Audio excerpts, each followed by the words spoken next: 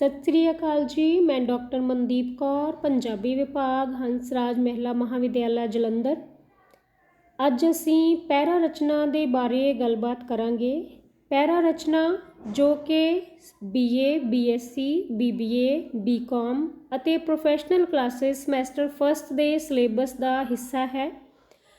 ਪੈਰਾ ਰਚਨਾ ਦੇ ਨਾਲ ਸੰਬੰਧਿਤ ਪ੍ਰਸ਼ਨ ਪੇਪਰ ਦੇ ਵਿੱਚ ਜਦੋਂ ਪੁੱਛਿਆ ਜਾਂਦਾ ਹੈ ਤਾਂ ਤੁਹਾਨੂੰ 3 ਵਿਸ਼ੇ ਦਿੱਤੇ ਗਏ ਹੋਣਗੇ, ਜਿਨ੍ਹਾਂ ਦੇ ਵਿੱਚੋਂ ਕਿਸੇ ਇੱਕ ਵਿਸ਼ੇ ਦੇ ਉੱਤੇ ਵਿਦਿਆਰਥੀਆਂ ਨੇ ਪੈਰਾ ਰਚਨਾ ਕਰਨੀ ਹੁੰਦੀ ਹੈ।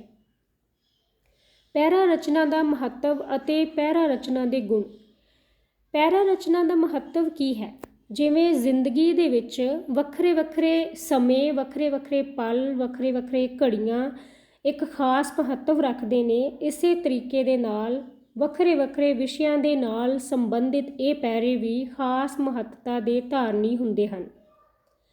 ਪੈਰਾ ਰਚਨਾ ਇੱਕ ਮੁਕੰਮਲ ਰਚਨਾ ਹੁੰਦੀ ਹੈ, ਜਿਸ ਦੇ ਵਿੱਚ ਜਿਹੜੇ ਵੀ ਵਿਸ਼ੇ ਨਾਲ ਸੰਬੰਧਿਤ ਤੁਸੀਂ ਲਿਖ ਰਹੇ ਹੋ, ਉਸ ਵਿਸ਼ੇ ਦੇ ਨਾਲ ਸੰਬੰਧਿਤ ਮੁਕੰਮਲ ਜਾਣਕਾਰੀ ਉਸ ਪੈਰਾ ਰਚਨਾ ਦੇ ਵਿੱਚ ਪਾਈ ਜਾਂਦੀ ਹੈ।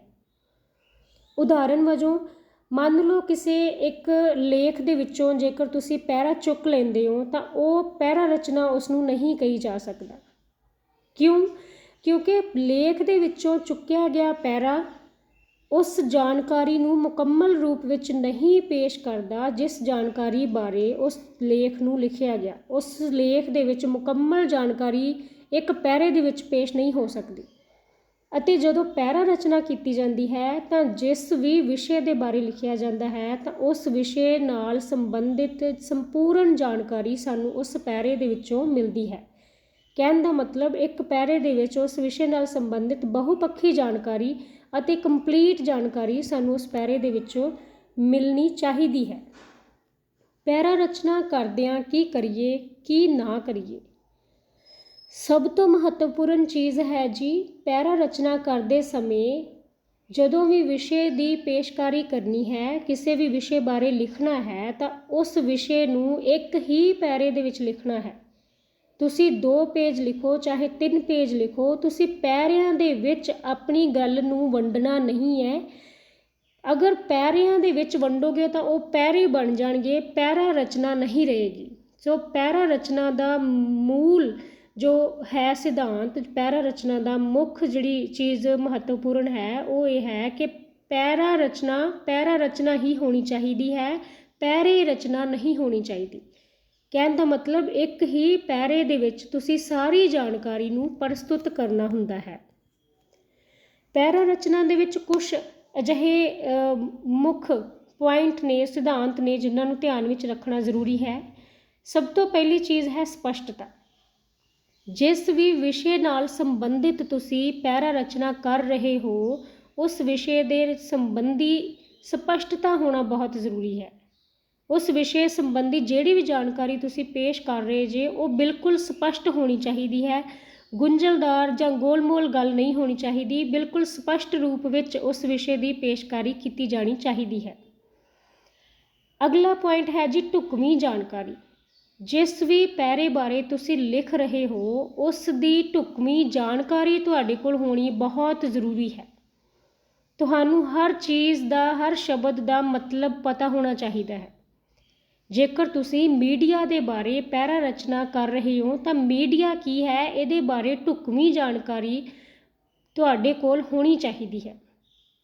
ਸੋ ਵਿਸ਼ੇ ਬਾਰੇ ਲਿਖਣ ਤੋਂ ਪਹਿਲਾਂ, ਵਿਸ਼ੇ ਦੀ ਚੋਣ ਕਰਨ ਤੋਂ ਪਹਿਲਾਂ ਇਹ ਸੋਚ ਲੈਣਾ ਬਹੁਤ ਜ਼ਰੂਰੀ ਹੈ ਕਿ ਕੀ ਤੁਸੀਂ ਉਸ ਵਿਸ਼ੇ ਬਾਰੇ ਢੁਕਵੀਂ ਜਾਣਕਾਰੀ ਰੱਖਦੇ ਹੋ।